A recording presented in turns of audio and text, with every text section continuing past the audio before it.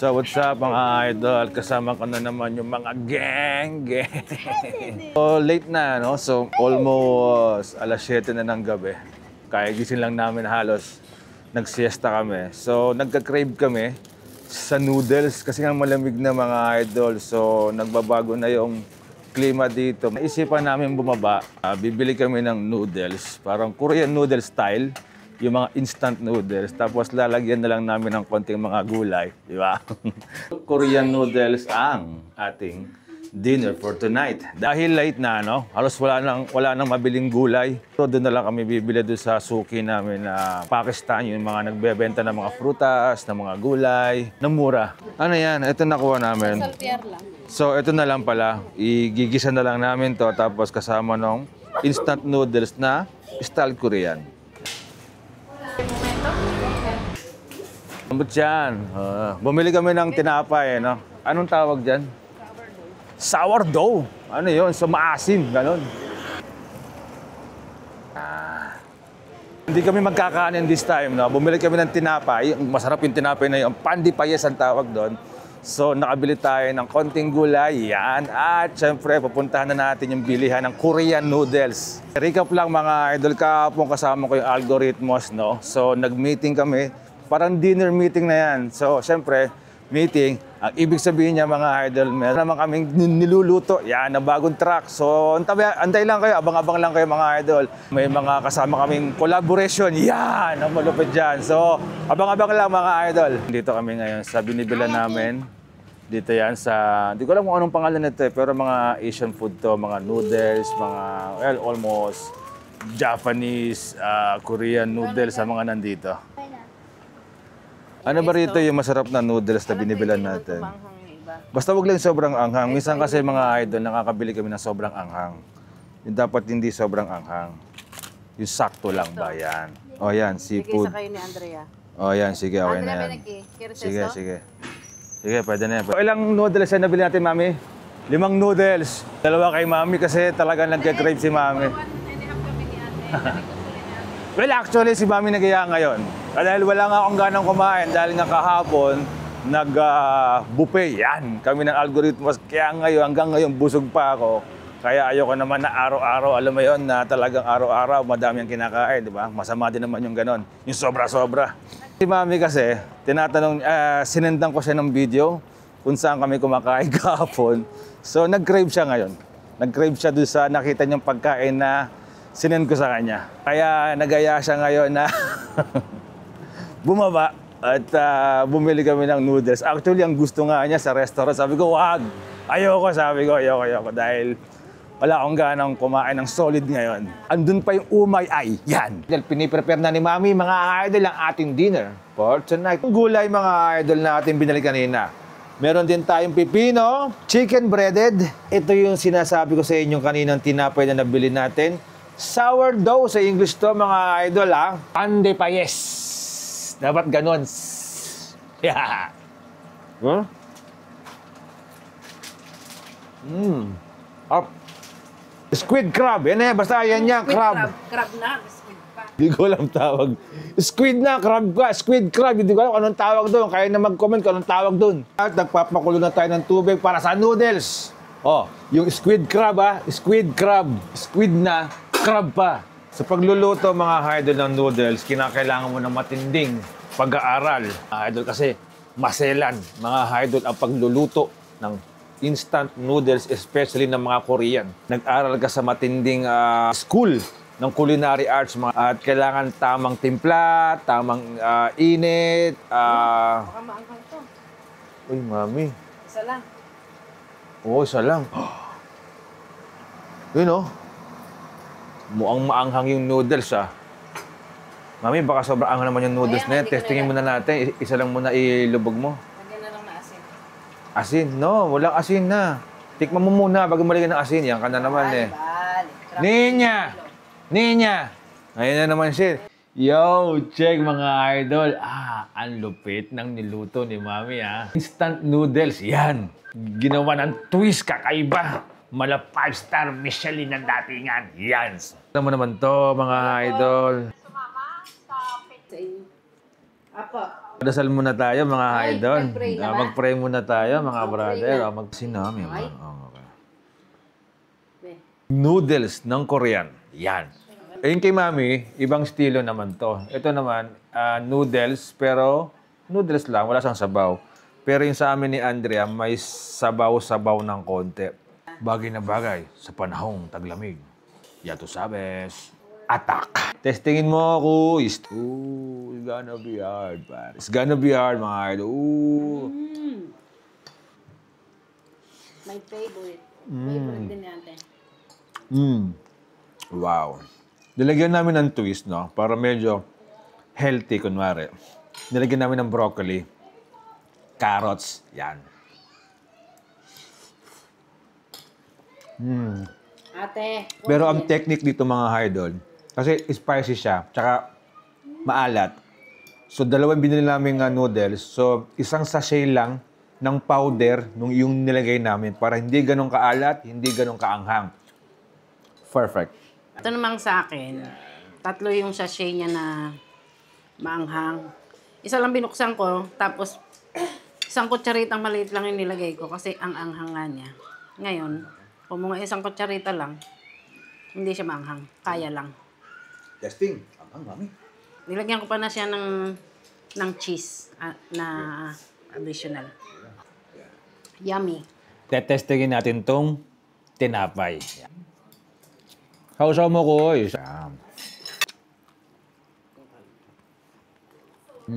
Yeah, good. So, kung ito-total namin to, yung mga noodles na binili namin, nasa 8 euros something. Sabihin na natin 9 euros lahat. So, sabihin mo na lahat-lahat kasama yung mga manok, yung gula, yung pepino, yung tinapay, 10 euros. So, 10 plus 8, 18 euros. Good. Tingin naman natin yung squid crab. Yan. No. Malamang. Yeah. Crunchy. All goods. Ready? Solve. Si Andrea, hindi pa. Salamat pa, Panginoon, sa biyaya. Oy, good morning mga idol. 10:38 ng umaga. So, makulimble mga brother and sister. So, paplano kaming pumunta. So, kung napanood niyo yung nakaraang vlog namin, no, meron kaming nakukuwang ayuda, no, sa mga school supplies. So, meron pa kami natitirang isang ticket na nagkakahalaga ng 60 euros. So, pinaplano namin na pumunta ngayon, no? At para mabili na namin at magamit na namin yung gift certificate na yon na 60 euros na ayuda ng gobyerno, mga kaibigan, dito, mga idol, sa Barcelona, Spain. Dahil mag-aalas 11 na mga idol, so hindi pa kami nag-aalmusal. Usually, hindi naman kami nag-aalmusal talaga eh. Si Mami lang talaga mahilig mag-almusal. Ako hindi. Pinagsasama ko na yung tanghalian tsaka agahan. So, kumakain ako mga alauna na. So, dahil magkasama kami ni Mami ngayon at kasama namin si Ate Angeline. Wala siyang pasok, mamaya explain ko kung bakit. So, naisipan namin mag-heavy breakfast ngayong araw na to na medyo maulan, makulimlim, at malamig na simoy ng hangin, mga idol. Si Ate Angeline, mga idol, hindi siya pumasok, no, kasi yung klase nila, mga idol, merong field trip. So, hindi sila uuwi ng bahay. So, mag-stay sila doon for 4 days. So, alam niyo naman yung case ni Ate Angeline, hindi siya pa pwede, no? Hindi kami kasama sa mga bagay na ganyan. We decided na hindi sumama si Ate Angeline. So, yan. Kasama namin siya ngayon dito. So, si Andrea nasa school kasi nga wala yung klase nila. So, pumasok lang siya nung Monday. Tapos, yan, bakasyon grande ang Ate Angeline. Ito kami ngayon sa favorite naming restaurant sa Hilida. So, mura dito eh. Masarap, solid yung mga pagkain dito at mabilis ang servings nila dito. Yung mga galawan nila, super bibilis. Kape con leche. No? Kanin in the house, oh. Mga idol, oh. Wow. Kaya ate, french fries, bacon, tsaka fried egg. At syempre, mga idol, kay kuya nyo, no? Solid na kanin. Michi-mich ang tawag na dito. Pero ano to, laman loob. Parang mix-mix siya, halo-halo, mix-mix. Pero siyempre, local, michi-mich ang tawag nila. So, laman loob siya, mga idol, na para siyang papaita na pero hindi ko alam eh. Basta masarap to, mga idol. Yeah, that's it.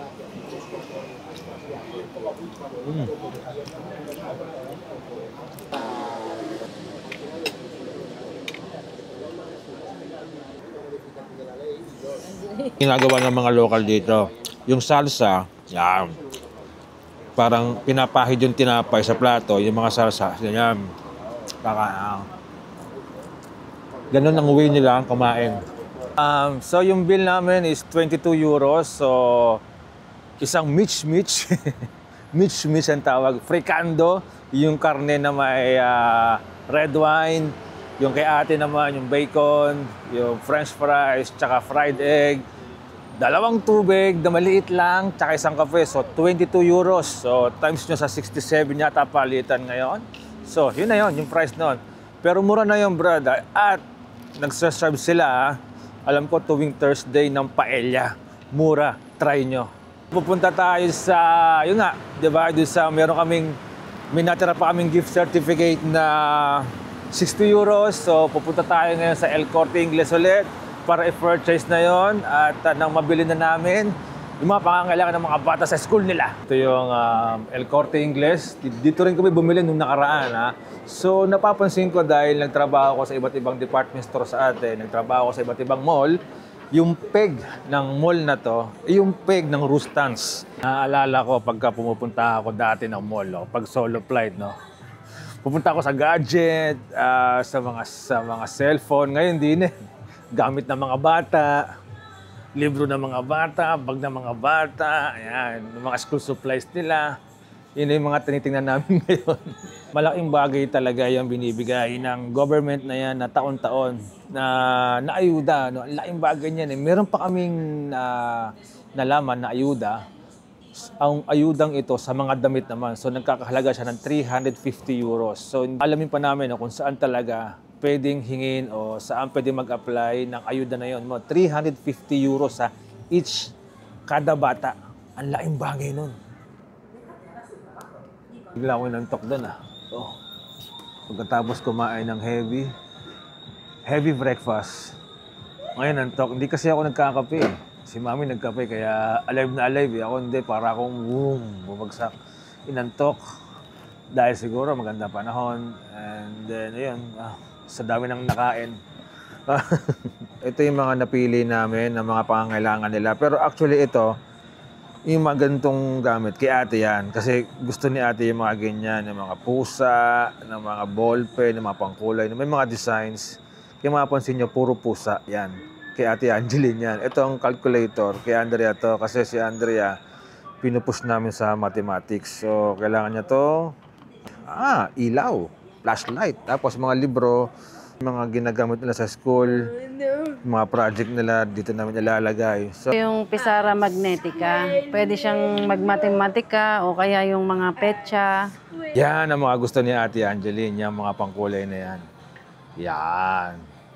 Kaya sana all yan, alam nyo na.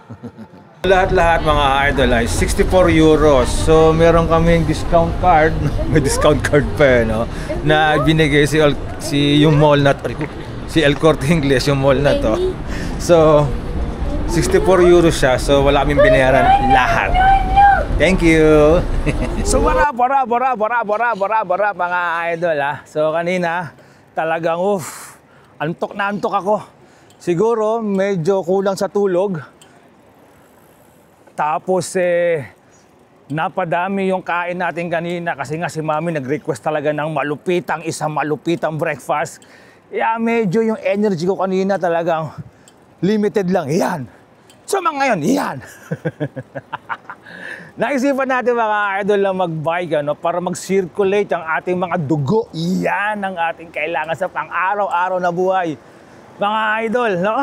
Maganda panahon. 4:00 ng hapon ngayon mga kaibigan. Wow, yan Hindi ganun kalamig. Samantalahin natin ang magandang panahon na ito mga idol dahil sa susunod na buwan mga idol, taglamig na. Tasim malamig na. Kaya naman naglabas na ang charts ng hoodie para sa 2025. Check nyo yan, yung bagong design natin mga idol. At siyempre maglalabas na rin tayo ng bagong sweatpants mga idol, check nyo yan So bike tayong dagat. Maganda panahon. Pwede tayong tumambay doon, no? Kasi kanina umaga, gusto ko magpa-araw, walang araw dahil makulimlim, maambon. At ngayon, di ba? Hanap lang tayo ng good spot. Alam mo yun? Syudad namin dito sa Barcelona. Bike lang mga idol. Papuntang dagat, ang lapit lang. 20 minutes lang, andun ka na.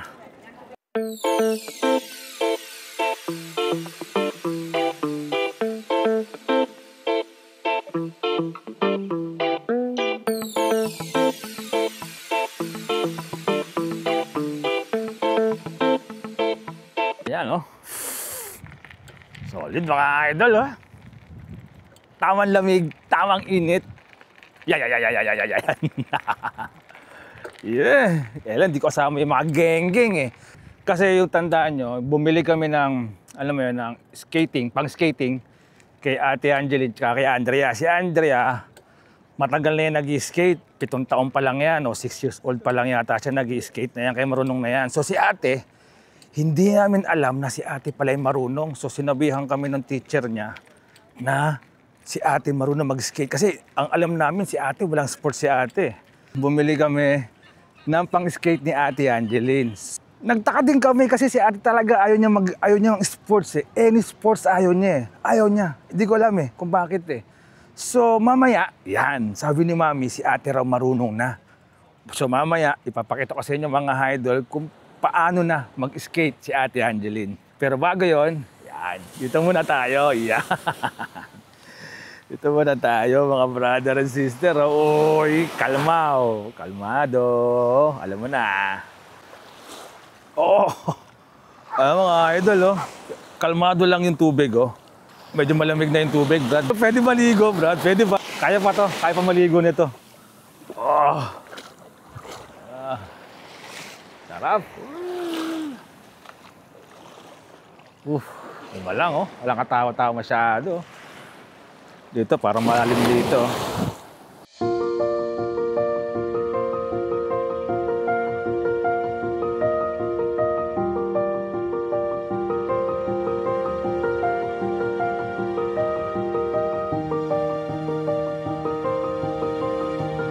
Uwi na tayo ng bahay. So, isang ano lang tayo, pamamasyal natin, isang mabilisan lang.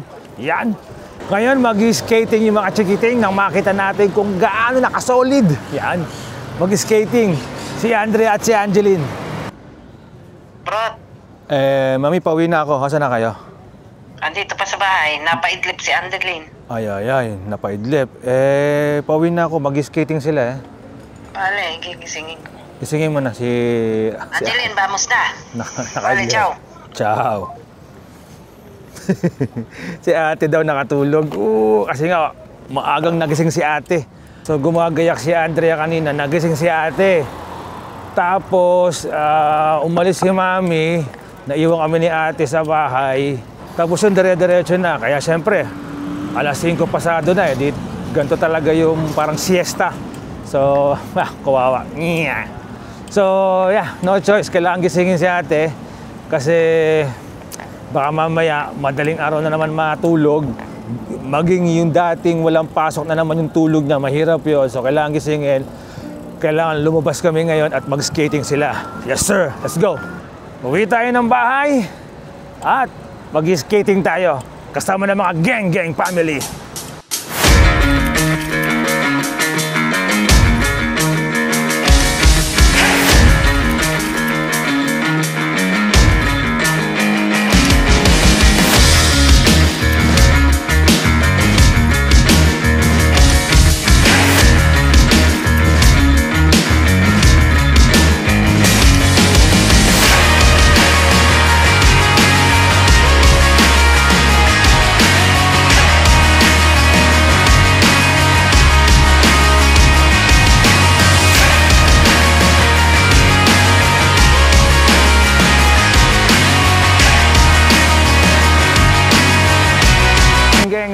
Hanggang sa muli mga kaibigan, lahat ng papurit parangal para sa Diyos.